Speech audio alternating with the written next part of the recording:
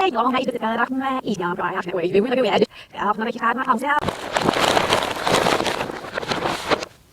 hi guys, welcome back to Here Unplugged. Today we're gonna review and try out my DM products. It's a DM haul, yay! You have seen my last video where I went shopping in DM, right? So now it's time for the testing. I feel like speaking German actually today, so I'm gonna do that, but I will have subtitles so that you can follow me without any problem. Das ist die riesige DM-Tüte, Leute. Ist das nicht viel? Oh mein Gott, ihr kennt das ja, wenn man in DM ist, dann kauft man irgendwie, dann bleibt man erstmal sehr, sehr lange da und dann kauft man doch einiges mehr, als man wollte. Ist vollgepackt mit Produkten. Ich brauchte unbedingt eine neue Creme und ich mache das nur etwa einmal im Jahr, bis ich halt das nächste gute Produkt finde. Und ich mag halt eigentlich koreanische Produkte, also die etwas leichter auf der Haut sind. Und solche Produkte sind mittlerweile auch in DM zu finden. Deswegen probieren wir die heute alle aus.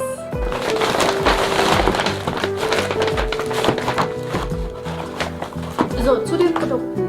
Ich habe das hier gekauft.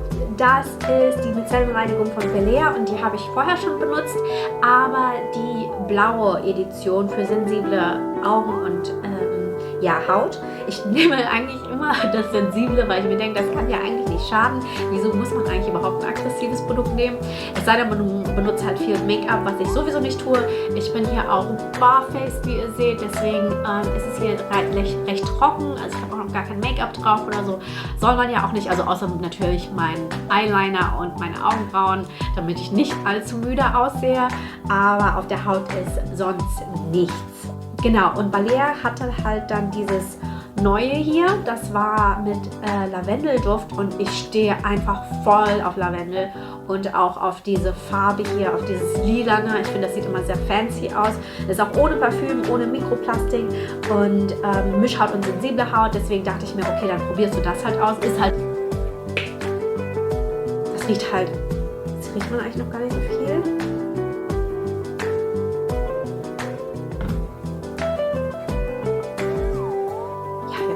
Also das ist echt super. Ich bin immer sehr zufrieden damit. Du kannst damit dein Make-up entfernen und dann lässt du es auch direkt auf der Haut. Das ist also kein Problem.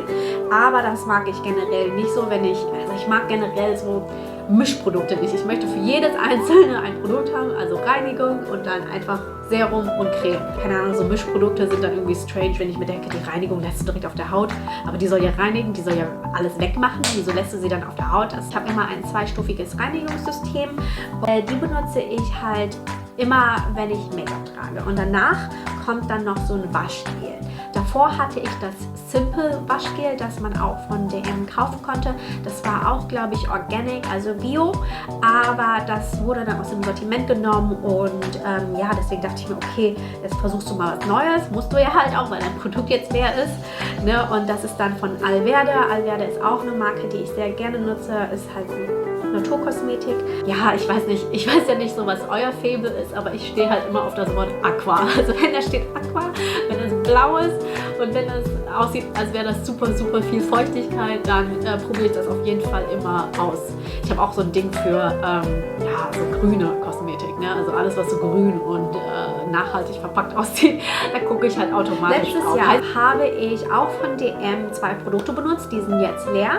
Deswegen komme ich zu diesen Produkten jetzt gleich. Ihr habt die beiden Produkte, die ich benutzt habe, die leer sind, waren von Benton. Das ist eine koreanische Marke.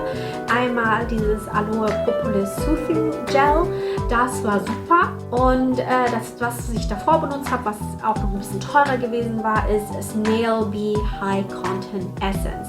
Wenn ich mich recht erinnere, war das hier 22 € und das hier 17 €. Mit denen war ich echt super zufrieden. Also würde ich auch wieder kaufen, nur der Preis ist halt schon etwas höher. Ne? Klar, das sind dann ja 39 €.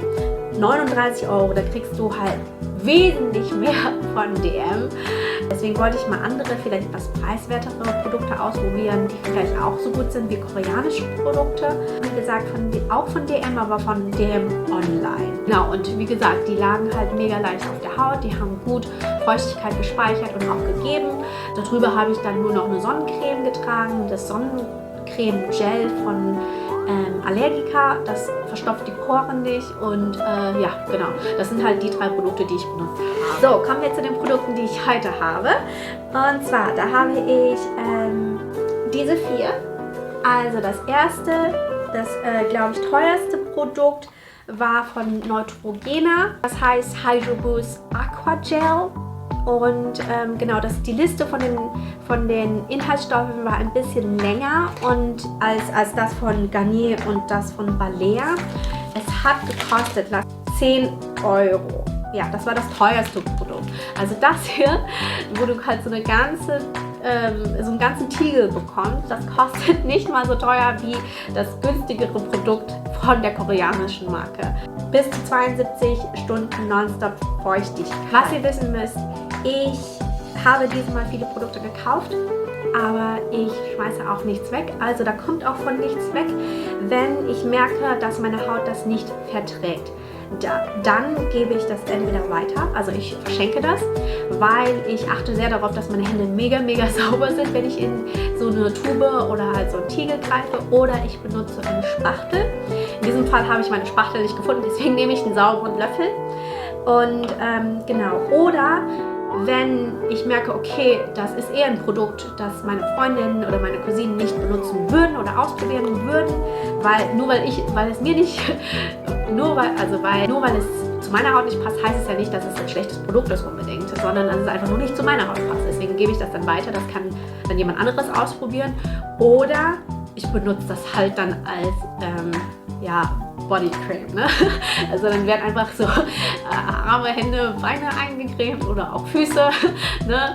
Weil, keine Ahnung, ich meine, die Haut am Gesicht ist natürlich anders, ne? Die ist halt empfindlicher, die reagiert auf sowas, während an anderen Körperstellen es einfach egal ist.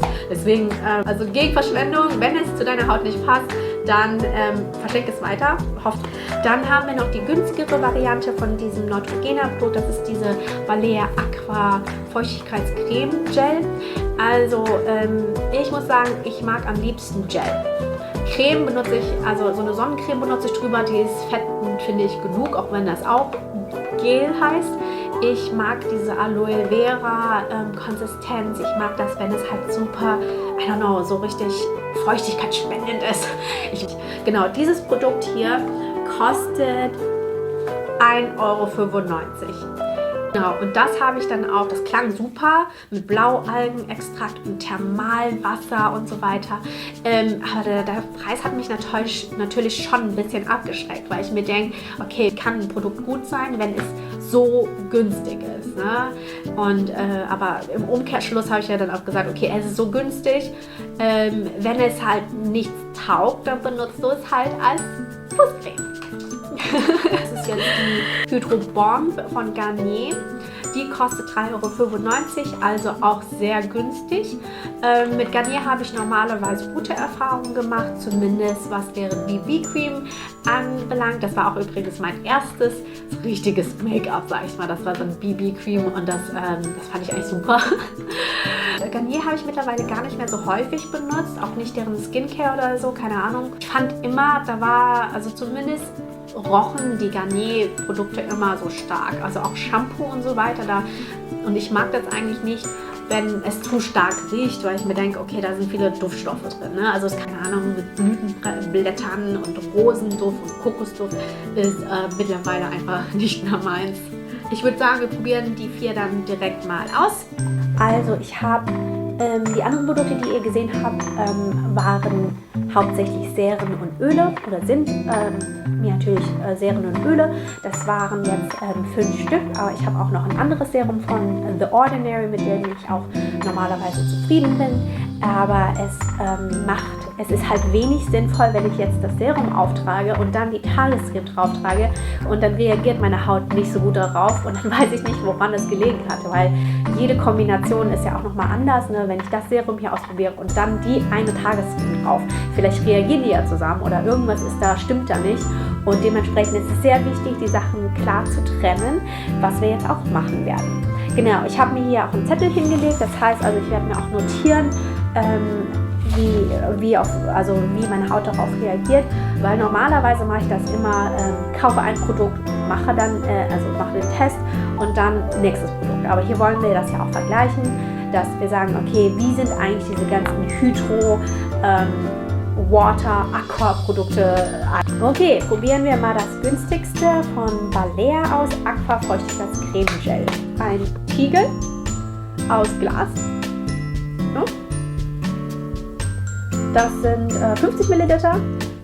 Ist eine weißliche Creme, nach der Reinigung sanft einmassieren. Okay, let's go.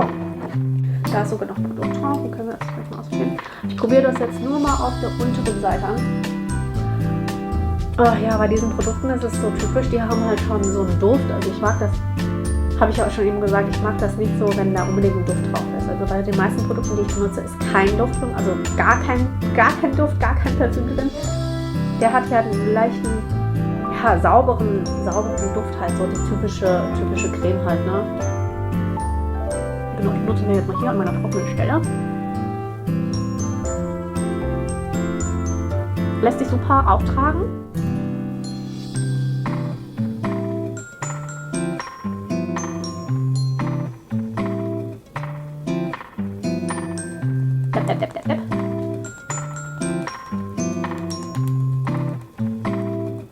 Also das ist tatsächlich sehr leicht. Ist eine Feuchtigkeitscreme-Gel. Kann man auch spüren, dass es so ein bisschen gelig-cremig ist. Ist okay, kann man auf jeden Fall machen. Müssen wir mal abwarten, wie die Haut drauf reagiert. Ist okay, kann man auf jeden Fall machen. Müssen wir mal abwarten, wie die Haut drauf reagiert. Ja, und die Liste der Stoffe ist auch lang, also sehr lang. Ja. Normalerweise mag ich es nicht so, wenn ein Produkt lang ist, weil in Naturkosmetik oder so, da ist die Liste eigentlich 50% kürzer gefühlt. Ne? Nagelt mich nicht drauf fest. Deswegen mag ich auch Naturkosmetik, weil dann kann man die Stoffe auch ziemlich gut nachschauen, wenn man das möchte. Okay, fühlt sich gut an. Auf jeden Fall. Es ist aber, wie gesagt, ein kleiner Cremebestandteil drin. Das spürt man auch. Also es ist nicht jetzt nur Gel, wo das halt total einzieht, wo du halt, man merkt schon, dass da was drüber ist. Also auf jeden Fall, dass da eine Creme ist. So, probieren wir mal das zweite Produkt aus. Ja, oh, das ist super leicht. Das ist zwar auch 50 Milliliter, aber das ist ein Plastikteil. Das sieht aus wie so ein Ei ein bisschen, also rundlich unten. Das ist eigentlich ganz süß irgendwie. Garnier Skin Active Hydro Balm. The Antioxidant Water Cream Moisturizer. Also ist auch wieder eine Wassercreme. 12 Monate haltbar. Das ist bei der Balea, steht halt nicht direkt drauf, wie lange das haltbar ist nach Anbruch. Ja, aber ist bis Ende 2022 haltbar. Also das sind ja fast noch 2 Jahre. Aber ich schätze mal 6 Monate oder genau, maximal 1 Jahr. Das hält halt auch 12 Monate nach Anbruch. Diese beiden Sachen hier, ja, also das hier, die ich vorher benutzt habe, die waren beide nur 6 Monate haltbar nach Anbruch. Wobei das hier eine Pumpe ist, da ist es ja weniger gefährlich, sage ich mal. Das kann, also so mache ich zumindest so. Solltest du vielleicht, weiß ich nicht. Das benutze ich halt schon länger, wenn es eine Pumpe ist. Und das war jetzt auch eine Tube, die du da. Das hat bei mir jetzt 9 Monate, fast ein ganzes Jahr gehalten, weil ich auch die Produkte nicht tagtäglich benutze. Also das heißt, ich benutze wirklich entsprechend meiner Haut und der Hautqualität jeden Tages die Cremes oder auch nicht. Also wenn ich sehe, okay, die Haut braucht jetzt keine Creme, dann kommt da nur ein Sonnenschutz drauf und das war's. Weil ich sehe das halt auch gar nicht, warum man sein Gesicht, du trinkst ja halt auch nur, wenn du Durst hast, ne? Und wenn meine Haut halt das braucht, dann gebe ich ihr das auch. Aber es muss jetzt halt nicht sein, dass du auf Teufel komm raus, sage ich mal, jeden Tag das Produkt auftragen musst. Ne? So, jetzt probieren wir das mal aus, Hydro Balm. Das ist rosa Farbe. Und das ist gellig, ja. Es hat so einen Schimmer und das wackelt so ein bisschen. Also ist auf jeden Fall gellig. Hat keinen starken Geruch, das ist super. Ja, ich benutze den von hier vorne an dem Käppchen, damit da wenig reinkommt. Okay. Ja, sehr leicht aufzunehmen. Das erinnert mich ein bisschen an Vichy. Ich weiß gar nicht, die Vichy, diese Creme für jüngere Haut in so einem roten Tiegel, die habe ich vorher benutzt. Die war auch okay, aber da hat dann nach einer Zeit meine Haut ein bisschen komisch drauf reagiert. Gut, die probieren wir jetzt von hier unten an meinem Kinn aus. Oh, die lässt sich super auftragen. Oh, das fühlt sich richtig schön aus. Die ist auch so leicht kühl. Ich weiß nicht, ob die leicht kühlend ist oder so, aber das fühlt sich echt schön an. Ganz leichter Duft, also kein süßer oder so, kein süßer Duft oder so. Herrlich, also ich mag das richtig jetzt. Das ist richtig cool, okay. Boah, was mich immer stört, ist, dass ich hier so einen Schatten habe, ne? Also da sind keine Falten oder so, aber ich habe hier einfach mega Schatten. Und den habe ich auch nie wegbekommen. Sehr ergiebig, also ich habe nur ganz kurz, wie ihr gesehen habt, mit dem Ringfinger reingedippt in den Deckel. Und das lässt sich mega gut verteilen. Die ist auf jeden Fall leichter als die, sag ich mal, als diese Creme hier. Also die lässt, wenn man drauf packt, spürt man das, dass da auf jeden Fall eine Creme drauf ist. Das ist definitiv nicht meine Haut. Meine Haut ist zwar weich, aber das hier fühlt sich halt so richtig samtig an. Also die von Balea ist das. Die hier unten, die zieht super schnell ein. Also da spürt man das auch noch ein bisschen. Das muss man mal abwarten. Touche ich gleich nochmal dran. So. Das Neutrogena. Neutrogena ist ja, glaube ich, soweit ich weiß, eine norwegische Marke oder so. Ist das eine norwegische Marke? Ich bin mir nicht sicher. Sorry. Ist 12 Monate haltbar nach Anbruch und ist ja etwas teurer. Genau, wenn ich mich aber recht erinnere, verkaufen die das ja auch in Apotheken.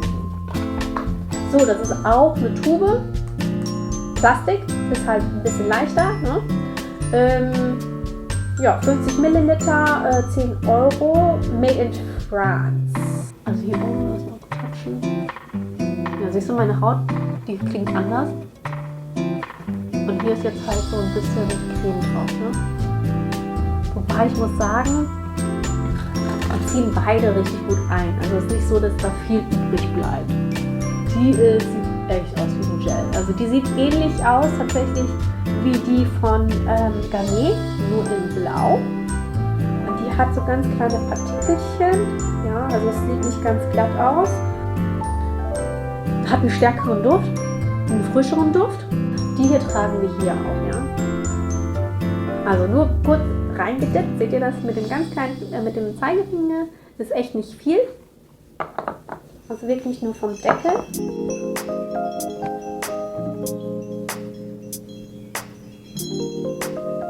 Also das fühlt sich echt aus so wie ein Gel an tatsächlich. Ja, ich glaube, die Bezeichnungen sind mittlerweile sehr, sehr zuverlässig. Also wenn da steht Creme Gel, dann ist es auch ein Creme Gel. Ja, da ist immer noch ein bisschen also diese Creme-Konsistenz drin. Wenn da aber Gel draufsteht, dann ist es auch nur Gel. Also es ist super ergiebig, das ist ja das Gute an Gel, ne? Wenn ich so Gel oder so aufhalte, dann werde ich die halt zwischen den koreanischen Schönheitsritualen auch in die Haut rein. Das ist so, mache ich auch. Aber es hat schon einen leichten, seifigen, cremigen Duft. Ist auf jeden Fall frisch.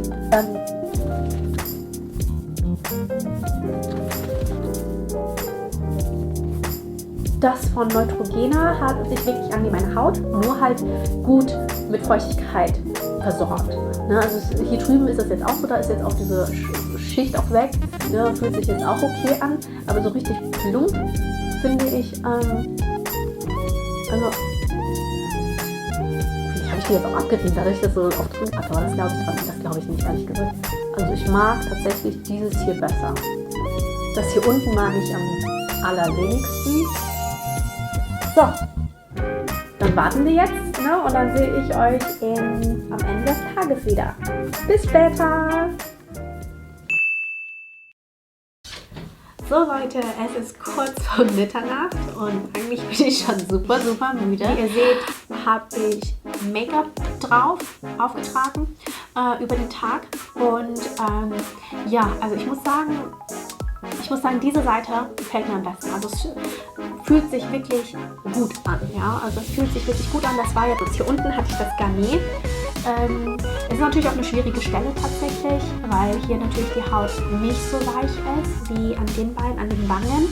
Ja, das muss man, glaube ich, nochmal probieren. Also ich würde das morgen jetzt nochmal komplett probieren. Ja, aber so wie ich das jetzt erstmal empfinde und wie die Haut das verträgt, muss ich sagen, ist diese Seite am besten. Ich glaube, die anderen beiden Produkte, die tun sich da jetzt nicht wahnsinnig viel. Also es bietet sich ja jetzt auch an, dass ich das Make-up mal runternehme mit meiner neuen Pflege, die Balea Reinigungswasser.